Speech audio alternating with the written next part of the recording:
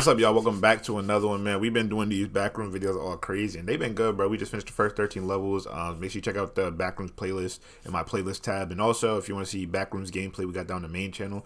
But right here, this is actually crazy that it's trending. We got Film Theory, How to Survive the Backrooms. Now, I'm interested to see how his video compares to Brugely's video about how to survive the Backrooms. You know what I'm saying? And I wonder if he's doing like the canon or subliminal version, because I'm kind of hip to kind of both a little bit, but I haven't dropped those videos and I'm getting ready to release those soon. But we got this one right here with the Film Theorist. We all love Film Theory, bro. We've been watching this since we was jits. I've been watching this for years, bro. And I can't wait, bro. I'm excited. Let's just go ahead and get straight into it, bro. I'm gonna run the intro. We're gonna get right into it. She wanna know where I be, she wanna know, yeah. Walking that bitch, designer all over my sleeve. Walking with slime, yeah. That nigga mad, cause she wanna leave with me. Shorty, she mine, yeah. I let her brag, I be fucking this bitch, she out her mind, yeah. Whoa, wrong screen. My bad. Chill out, everybody. All right, let's get into it. Let's immerse. Let's lock in.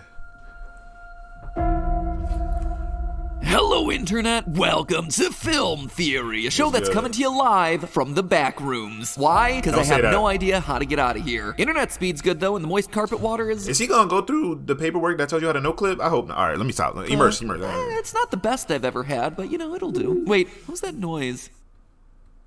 For all of you who are uninitiated, the monotone misery that is the Backrooms began back in 2019 when this image was posted to a 4chan board dedicated to unsettling images. Just an ugly series of rooms, right? No big deal. Well, it came packaged with the following text. Quote, if you're not careful and you no-clip out of reality in the wrong areas, you'll end up in the Backrooms, where it's nothing but the stink of old, moist carpet, the madness of mono yellow, the endless background... I ain't gonna care, bro. This is eerie, bro. Every time I watch the Backrooms, I feel like I'm about to fall through my chair on some shit. Oh my god. Rows of fluorescent lights at maximum hum buzz, and approximately 600 million square miles of randomly segmented empty rooms to be trapped in. God save you if you hear something wandering around nearby, because it sure heard you. There shouldn't be any entities on level 0 or 1, whatever.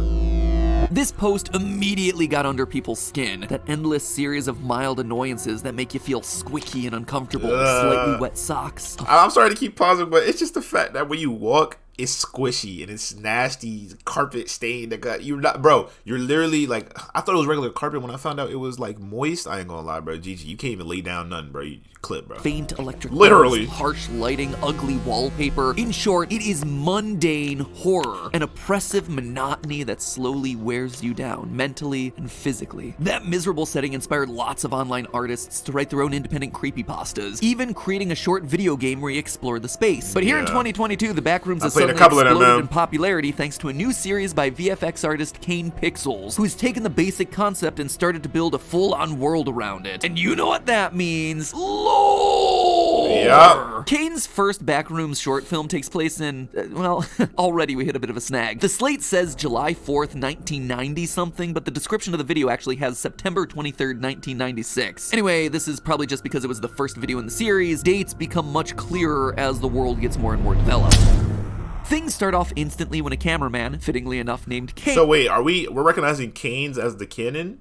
What about, I hope he goes into Brugely stuff. Kane tries to set up a wide shot and immediately falls through the ground. Literally no clipping through reality, only to wind up in the dank and deserted world full of humming fluorescent lights, retro carpeting, yellow walls, endless corridors, and monsters that, at least at first glance, remind me of walking tripods. Our cameraman wanders around trying to find an escape. Along the way, he finds some interesting landmarks hidden amongst the endless walls, but ultimately he's caught and presumably killed by the weird fungi monster. It's short, it's simple, it's effective. Since the massive success of that first Backrooms video, Kane has been busy expanding the world with other shorts like The Third Test, First Contact, and Missing Persons, as well as making the accompanying Collateral.mov and March 11th, 1990 Archive.tar, which are both descriptions of the various videos. Bro, I should have looked. I did not know those were hidden there. From all of them, we ultimately learned that the Backrooms was an experiment designed by a company named Async to solve space issues, providing near limitless room for both storage and housing in an ever-shrinking world. Where it all went wrong, though, remains to be seen. But what I want to focus on today isn't the where and the why, but rather the how. How to survive. In the 4th video of the main series, we see that since accessing the Backrooms in 1989, missing persons reports have been skyrocketing, as more and more people fall out of reality never to return. So, if that were you, what do? How do you navigate a seemingly endless maze with limited resources long enough to potentially figure out this mysterious world? How do you avoid an unknown monster that roams the halls? What mistakes do we see Kane make in his exploration of the Backrooms, and what could we do better? Pay attention, friends, because today I have the definitive list of 6 tactics that might just save your life the next time you no-clip out of reality into an ugly yellow nightmare. In Collateral.mov, we learned that in 1989, tests by the Async Foundation caused a massive earthquake that took place in the Santa Cruz Mountains. So, is the facility in the mountains? Are you at the top of a mountain and need to go down? Are you under the mountain and you need to go up? Are you in the upside down and you need to get upside downed? It's unclear at best. All we know is that in one moment we were filming with friends and in the next we're here. So once you land... Okay, so we're running off of the idea that it's just Kane Pixels. Okay, so I'm trying to figure out, because the lore, there's so much more lore to this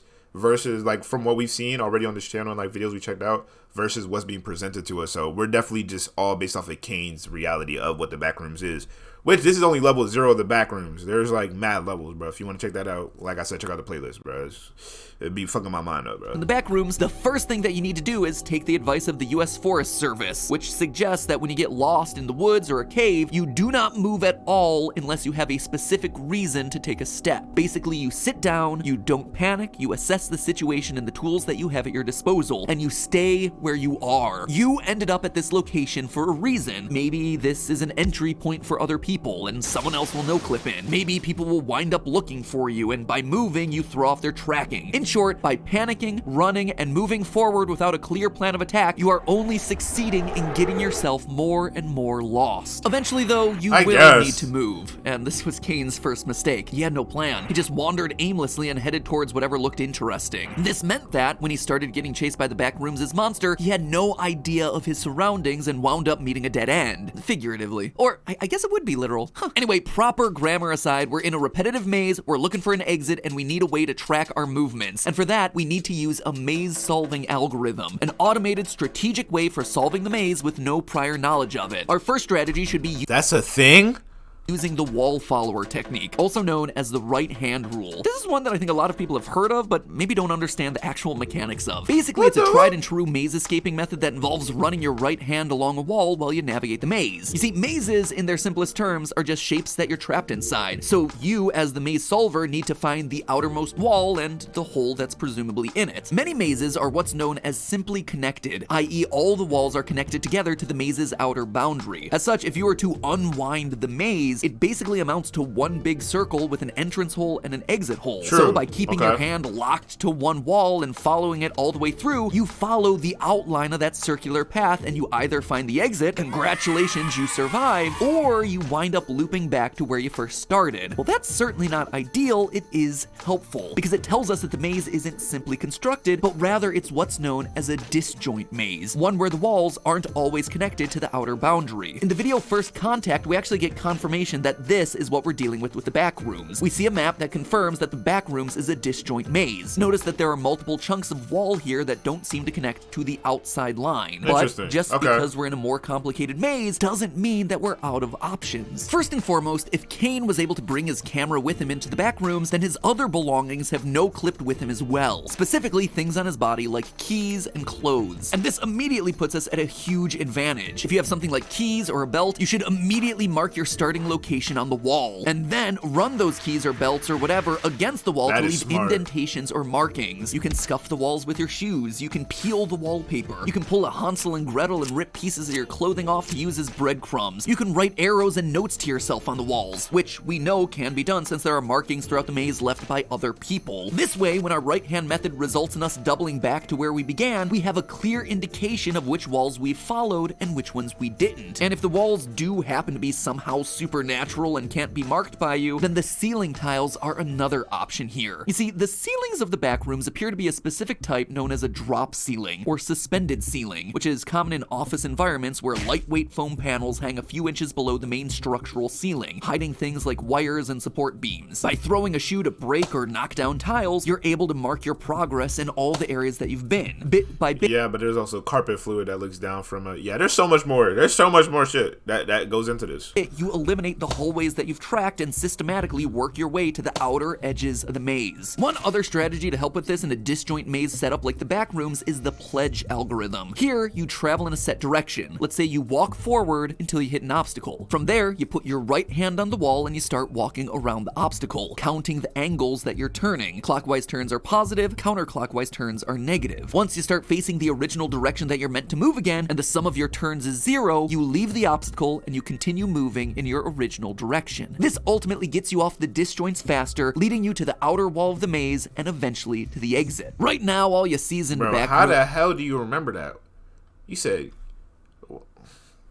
Boomers are probably laughing at me and saying, silly MatPat, the Backrooms are an endless void of death and despair that'll cause you to slowly lose your mind. To which I say, joke's on you, I lost my mind years ago. Yeah, I'm not gonna let a FNAF. funky smelling series of yellow rooms defeat me. Plus, not convinced that this thing is actually infinite or unpredictable. Like I said, in this new Kane Pixels series, we see a map of the place. We also see async employees able to walk through the Backrooms using a long red line, presumably as a way to lead them back to the entrance door. So all of that is just trying our best to find an exit, but there's still one more important variable here that we have to consider. The monster that's looking to rip our body in half to use as human nunchucks. And this is again where a systematic approach to the maze will be our first line of defense. The last thing that we want is to wind up in a dead end, and the best thing that we can do to avoid that is to use the confusing layout to our advantage. Ideally, we're able to lead this monster to a disjoint, a section of the maze that we already know loops back around on itself. This gives us two simultaneous benefits. First and most importantly, we don't get lost while still allowing us to use the narrow hallways and looping structure to escape the sight lines of the monster. Instead of taking a straight path where the creature can easily track and follow us, you instead make tight turns in an effort to make yourself disappear behind a series of walls as quickly as possible. This sequence of repeated doors that Kane is chased through provides an excellent example. By dodging and weaving instead of taking a straight path, he should be able to make himself disappear fairly quickly. The other benefit of using a big disjoint to escape this thing though is that we can then try to loop back around behind the monster to follow it. Obviously your first priority is going to be avoiding this thing until you have a better sense of what it is and what it can do, but by leading it to a chunk of maze that you know will allow you to double back around it, you'll be able to sneakily gather information much more quickly. And who knows, these things... that's not happening, bro. I ain't gonna cap. Who wants to be near that? I mean, it's good assessing and information gathering, but just the risk that you're running is so high. Presumably know the layout of the maze, so by following them, they may be able to provide another resource for finding the way out. I suppose you could try to fight it, or try to trap it with a rope, or drag it into a null zone, which you wouldn't even know about. But honestly, is confronting this thing actually going to help you survive? Probably not. Focus on escape and defense as your first priority. Once all that's settled, you've created a system that actually works, you've learned that the walls don't magically change every 30 minutes, start grabbing whatever you can find. In the Backrooms video, Kane blatantly ignores a lot of potentially useful supplies. For instance, that ladder right there that's used to get into the crawl space, grab it and carry it around. Even better, try to use it to get into the ceiling grid. Remember what I said about suspended ceilings? That it hangs below what the real top of the room is? Well, often, walls only go as high as the dropped ceiling height. As such, once you're in the ceiling, you're not only hidden from the ground-based monsters, but you also have a wide open path to the outer edge of the maze unobstructed by any walls. Heck, you might even be able to find some electrical wires from the fluorescent lights that you can then follow, which again, should presumably be leading you out of the facility. Also, if you come across some rope in a dumpster, you don't walk past it. You check out what's inside the dumpster and you take the rope. You take what the world gives you because you might not ever come across it again. The same goes for any chair legs that could be used for self-defense, or heck, something inside of the filing cabinets that you walk past. Remember, you are stuck in a maze. Everything can have multiple uses. Yeah, but I can understand why you just walk past it, because there's also the thought that, like, if I stop, something's gonna pop up. If I check something, I don't know what it's gonna do. I don't know where I am. So if I do something, remove something, it's just a lot of uncontrollable variables that's all around you. And I mean, I guess you could argue that by saying, like, you got to take a risk because that's the only way. You have no idea what's going on. So it really just depends on what type of person you are, fight or flight. You know what I mean? For instance, when Kane's walking up the fire escape, his camera catches a glimpse of a hole in the ceiling that's created by an air duct. Air ducts, as you can probably guess, tend to lead to the outside of buildings. So again, having that ladder or rope might have helped him to investigate that. When he comes across a cavernous section of the backrooms, those same items could have helped him get across the chasm to the other side. If he had a ladder, he could have dropped down into the apartment area that we see here, allowing him to more efficiently look for food and water. Sure, nothing might come of any of these options, but again, it's more likely to work than just wandering around aimlessly surrounded by repetitive yellow wallpaper. Last, but certainly not least, don't take any one-way exits unless you absolutely have to. While running away from the monster, Kane ends up sprinting deep into the catacombs only to find a hole that he jumps down into. It was the right decision in the moment because he was being chased, but had he just found the hole, this would have left him vulnerable, because it's a decision that he can't easily reverse. Again, document on the walls with your keys or whatever that the hole is this way, but only come back to it if nothing else seems to be working. Again, the last thing you want to do is to corner yourself. So there you have it, friends. How to survive the backrooms in 6 easy steps. 1. Have a maze solving strategy. Wasn't really how to survive the backroom, just more like, you know what I mean? Like, I don't even know what word I'm looking for. Just more how to sustain yourself in the back room for a little bit longer, or give yourself more options in the back rooms. But how to survive the back room sounds better. So. 2. Mark your path using whatever's on you. 3. Equip yourself with anything and everything that you can find. 4. Ceilings, wires, and air ducts are gonna be your friend. 5. Never take a one-way path. Always have at least 2 ways out. And 6. If you absolutely have to, use the disjointed, confusing layout defensively when being attacked. Using all of those tactics, you have the best chance possible of escaping this nightmare scenario. And hey, look on the bright side. If you ever get thirsty, you have as much moist carpet water to drink as you could possibly want. But hey, it's February. You can't drink that, bro. You can't drink that. It's gonna make you go insane, and it might kill you. And if there's anything scarier than the backrooms, it's Valentine's Day. But fear not, my friends, because I've got the definitive strategy for surviving Valentine's Day in 1 easy step, getting a gift from our sponsor for today's episode, Established Title. Make sure y'all go check that out. Make sure y'all go support that Established Title. But that was a good video. If you guys want to check out more Backrooms